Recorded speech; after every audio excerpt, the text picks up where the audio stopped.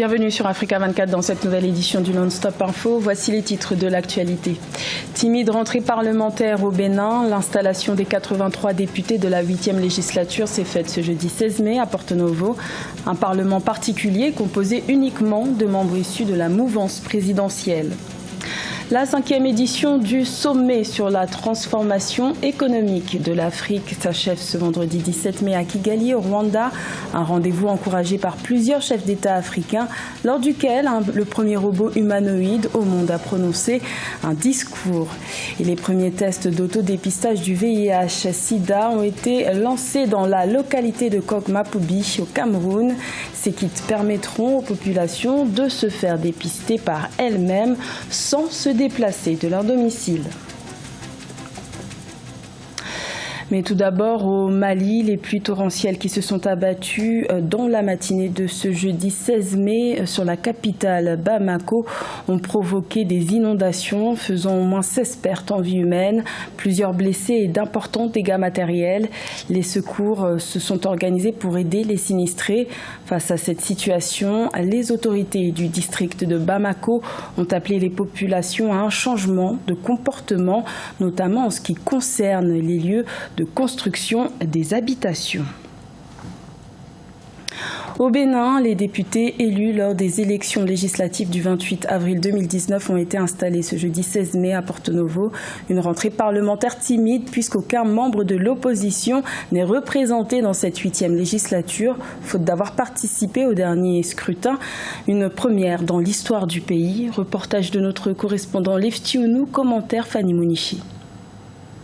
Les 83 députés élus aux élections législatives du 28 avril 2019 ont officiellement pris leurs fonctions ce jeudi 16 mai à l'Assemblée nationale à Porto Novo. La cérémonie d'installation s'est déroulée sous haute surveillance policière et militaire.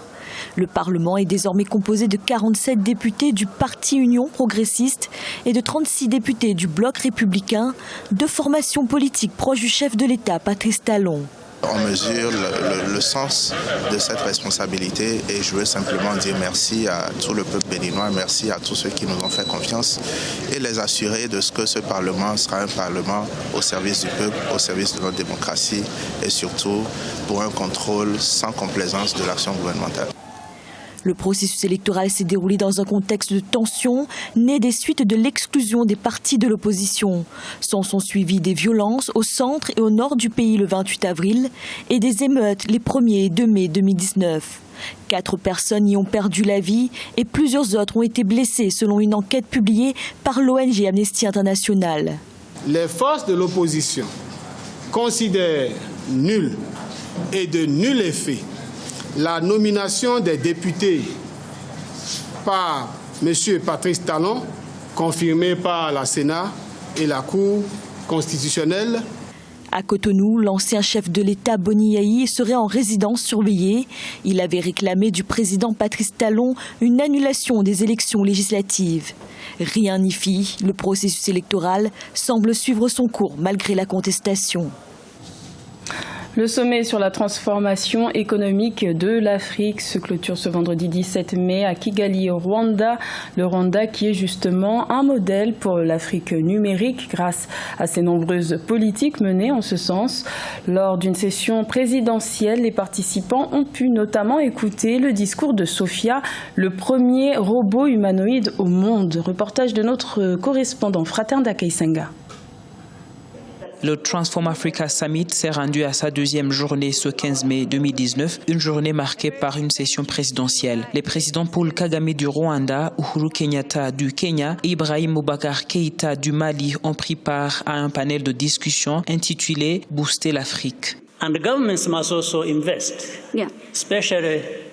Même si nous faisons appel aux investissements du secteur privé, les gouvernements africains doivent aussi investir, notamment dans les infrastructures digitales. Et après, on pourra accuser le secteur privé de ne pas profiter de cette base déjà établie pour connecter le continent.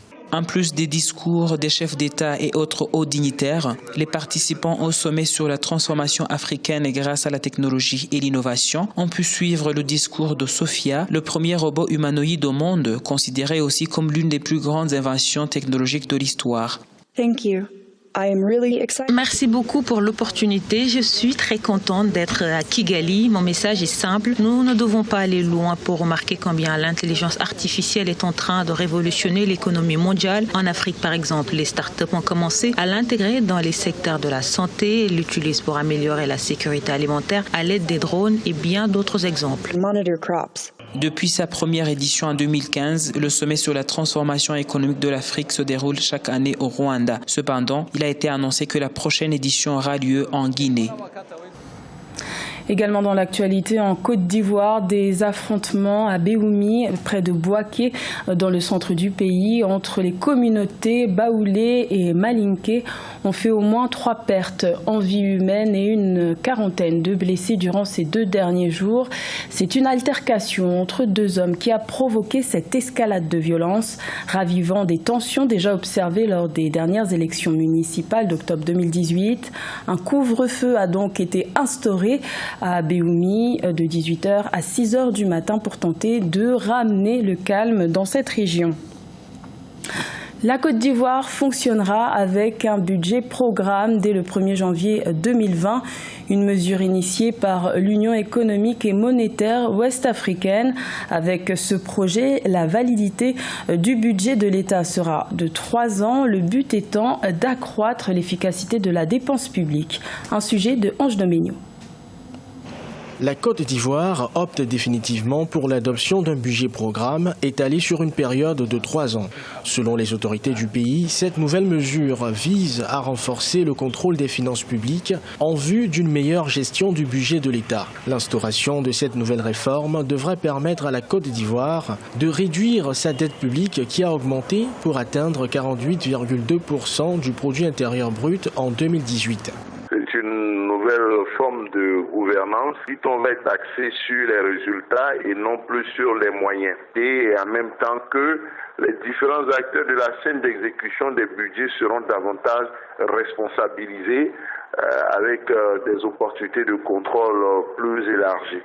Grâce à cette nouvelle réforme, l'État ivoirien pourrait réduire également son déficit budgétaire qui s'est creusé pour atteindre 3,8% du produit intérieur brut en 2018. Je pense que l'on peut être optimiste. Au cours de la période de 3 ans, on ne doit pas dormir sur ses lauriers. Ce ne sera pas un pilotage automatique sans la possibilité de corriger les défaillances éventuelles, sans la possibilité de rectifier le tir. Considéré comme un outil de gestion et de planification, le budget programme privilégie la performance et combine des actions prioritaires à réaliser sous des contraintes de ressources. Les autorités camerounaises ont lancé le 15 mai dans la localité de Kok-Mapoubi les premiers kits d'autotest de VIH-Sida, des tests fiables à près de 99% selon l'Organisation mondiale de la santé qui devraient permettre aux populations des zones rurales de connaître leur statut sérologique sans se déplacer de chez eux. Reportage de notre correspondante Viviane Bauken.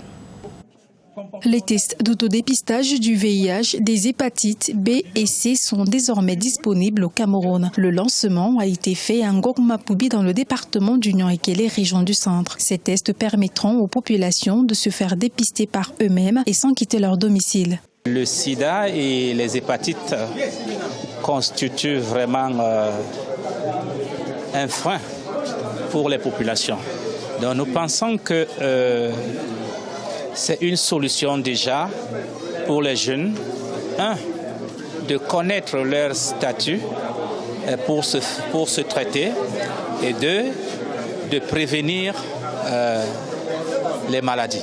Ces tests Exato offrent des autodiagnostics fiables pour usage privé. Il est disponible en 3 variétés, notamment des kits professionnels, couples et uniques. Le virologue camerounais professeur François Keyou, qui pilote ce projet avec ses partenaires Biocinex, a fait des démonstrations d'utilisation en direction des jeunes et des élites du village. Ce qui est important, c'est de dire que ces tests ont montré leur fiabilité au point où nous avons démontré ici même à Ngok-Mapoubi qu'il ne fallait pas aller au centre Pasteur faire des contrôles exonéreux qui coûtent plus de 100 000 francs CFA des hépatites. Nous avons publié et démontré que le test rapide qu'on a fait ici était 100% fiable le triplex. Selon les statistiques, près de 30% de la population camerounaise ne connaît pas son statut sérologique. Avec l'arrivée de l'autodiagnostic du VIH Exato, test fiable à près de 99% selon l'OMS, le dépistage du VIH-Sida sera désormais accessible à tous. C'était le journal de la rédaction. Merci de l'avoir suivi. L'information continue sur Africa 24.